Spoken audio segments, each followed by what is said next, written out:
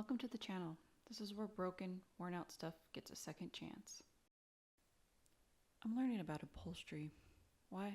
Because I'm midlife crisis scene at the moment. Whatever. So this piece was kind of fun. It came off a forklift. The seats baked outside for approximately 15 years and it needed a little more polished look.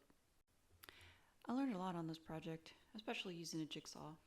Watching someone else do it, I thought, yeah, I totally got this. But no, cutting is hard. I specifically remember back in first grade cutting out patterns and not taking the time to be precise. I'm really paying for it now. I'm using the most basic design. I've tried cutting or drawing out other ones, basically what I copied on Pinterest, and I just couldn't do it. I started with the butt cushion and then moved on to the back cushion. The very best part is getting to the sewing machine, but this part takes so long to get to. I have to consider quitting this 20 times before I even get to this point, but it's worth it. Foam sculpting is also its own craft. I use this pink stuff to make it look prettier, but underneath, it's a ragged mess. But getting to be able to pull over the cover over the foam is such a treat.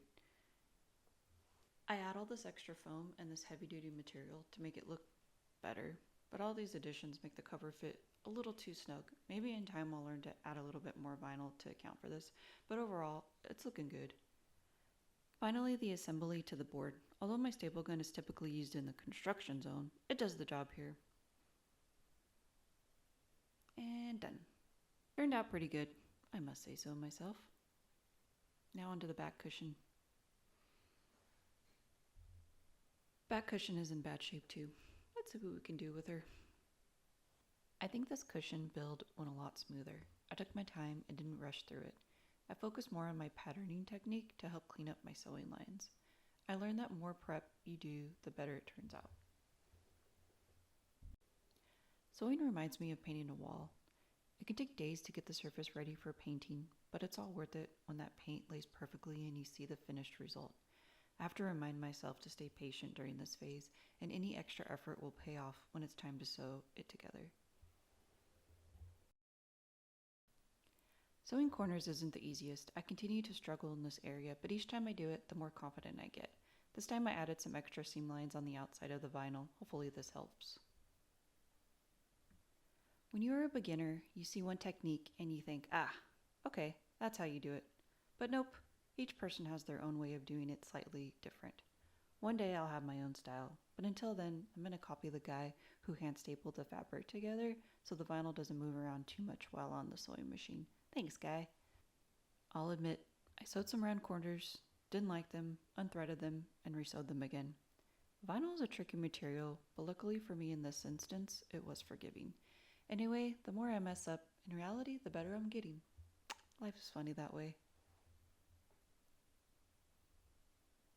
Adding these finishing touches makes it look a little bit more fancier, and I like to be fancy sometimes.